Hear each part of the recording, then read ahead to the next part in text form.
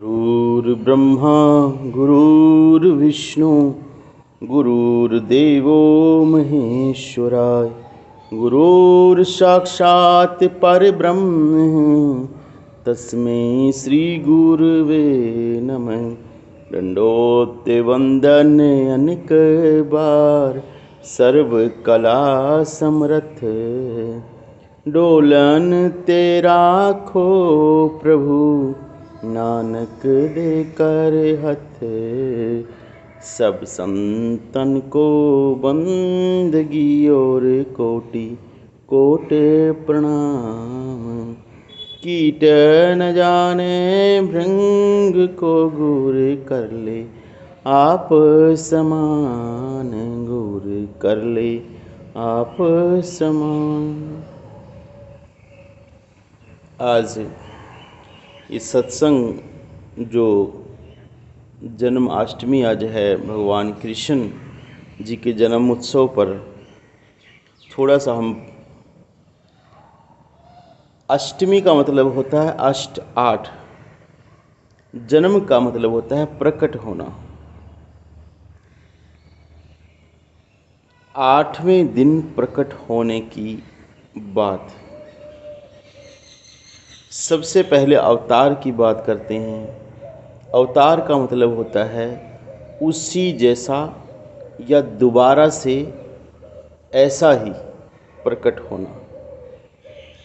मतलब एक स्वयं परमात्मा विद्यमान जो विभूति है उसका किसी रूप में प्रकट होना। राम कृष्ण या अलग अलग धर्मों में संप्रदाय में अपने अपने इष्ट को अवतार कहा जाता है। तो अलग अलग प्रकट होना, पुनरावृत्ति होना अवतार है। प्रभु का सम गुणों जैसा किसी भी का प्रकट होना अवतार है। अवतार हम ये भी कह सकते हैं कि जैसे उनके इष्ट है वैसे वो खुद हैं, इसलिए वो भी अवतार हैं। अवतार प्रकट होते हैं, स्पेशल भेजे जाते हैं। ये बात है नहीं है, ये बात आप पर हम छोड़ते हैं।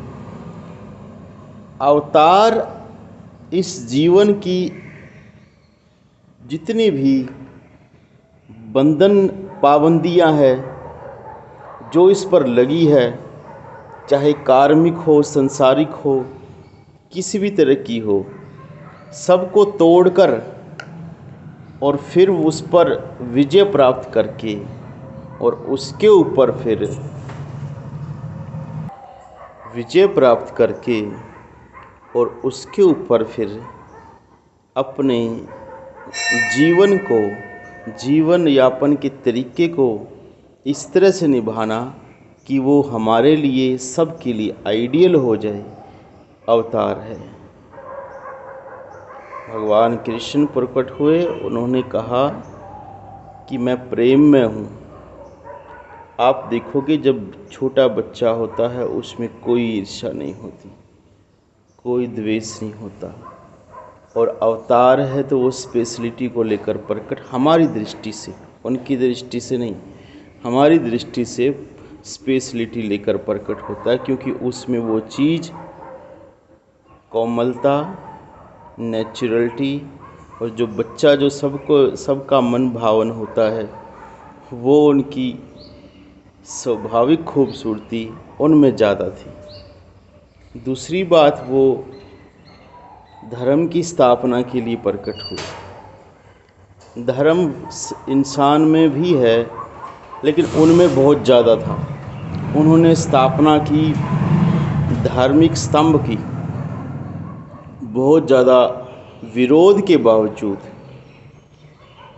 अडिगता धारण करते रहे। यानी उनमें गुण था या कहो शक्ति थी दृढ़ता की, अपने काम पर कंटिन्यू लगे रहने की। उन्होंने अपने आप का बलिदान देना चाहा या अपने आप को सौंप दिया जरासंध को, पूरे मथुरा वासियों के लिए, उनमें जन कल्याण के लिए, लोगों के कल्याण के लिए अपने आप को कुर्बान करने की या अपने आप को देने की, जो कि आम इंसान में नहीं होती या कम देखी जाती है, लोक भलाई के लिए, समाज सेवा के लिए जो काम है, वो जो अपने आप को ही कुर्बान करने को तैयार है, ये उनमें थी आम से ज़्यादा, बहुत ज़्यादा। उन्होंने मथुरा के लिए अपने आप को उनको सौंप दिया खाली हाथ। किसी भी तरह की रिश्तेदारी, किसी भी तरह का कार्मिक सिद्धांत उन पर उनके जो खुद के मूलभूत कर्तव्य थे, जो केवल उन्हें ही पता था, उन पर हावी न हो सके। एक आध्यात्मिक जीवन यापन के शुरुआती दिनों में ये होता है। पहले नंबर, उनकी माता पिता जेल में थे। अगर वो सार्थक और समर्थ थे तो सबसे पहले अगर आम इंसान होता तो अपने माँ बाप को जेल से छुड़वाता, पर उन्हें ये नहीं ठीक लगा हुआ। शक्तियाँ होने के बावजूद उन्होंने इंतज़ार किया और वो गोकुल वृंदावन इस एरिए में रहे। दूसरा, उन्होंने खुद के जो अधर्मी जैसा दिखाया गया है या हमें अभी हिस्ट्री से संकेत मिलता है पुराने से, तो उनका खुद का जो मामा था वो अधर्मी था। उन्होंने जरा सा भी देर नहीं लगाया उसे किनारे करने में। सीधा इसका मतलब है, और जिनसे वो जन्म नहीं लिए, जिन लोगों का उनसे कोई ताल्लुक़ नहीं था, उनसे उन्होंने प्रेम दिखाया और बनाकर, और ऐसा अटूट प्रेम जो कि डीएनए से जिसका कोई ताल्लुक़ ही नहीं है, खून के रिश्तों से ताल्लुक़ ही नहीं, वहाँ कोई खून के रिश्ते वाला है ही नहीं। शायद एक बलराम जी हैं, बाकी कोई नहीं, लेकिन कोई उनका खून के रिश्ते वाले नहीं। लेकिन फिर भी कितना प्रेम। हम अपने परिवार के अलावा किसी को पूछते भी नहीं भाई, ऊपर ऊपर से ट्रीट करते हैं। Only my family.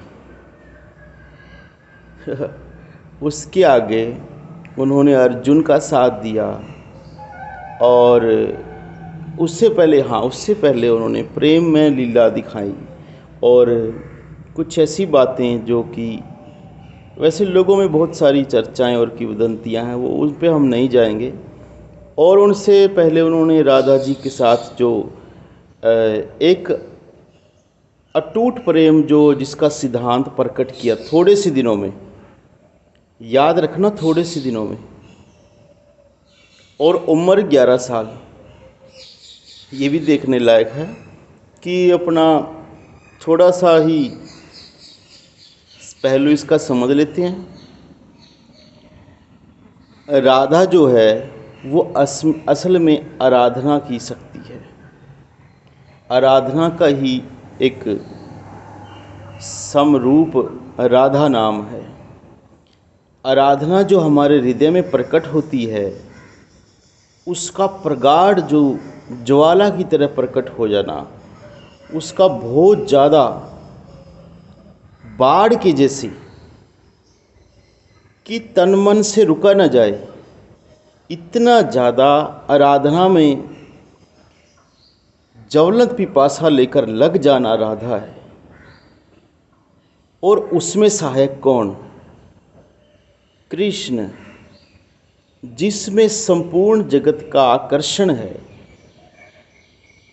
वो किस में हो सकता है? स्वयं परमात्मा में हो सकता है, जो है अस्तित्व में हो सकता है, जो कुल जगत संसार में व्याप्त है उसमें हो सकता है, जो किसी भी तरह से लिप्त नहीं और फिर भी कुल संसार को, पूरे यूनिवर्स को, अनंत गैलेक्सियाँ, ग्रह, शरीर और उसमें रहने वाले सब मनचित, सब कुछ का जो नियंत्रण करता है, और सब कुछ जो करते हुए भी और लिप्त नहीं है,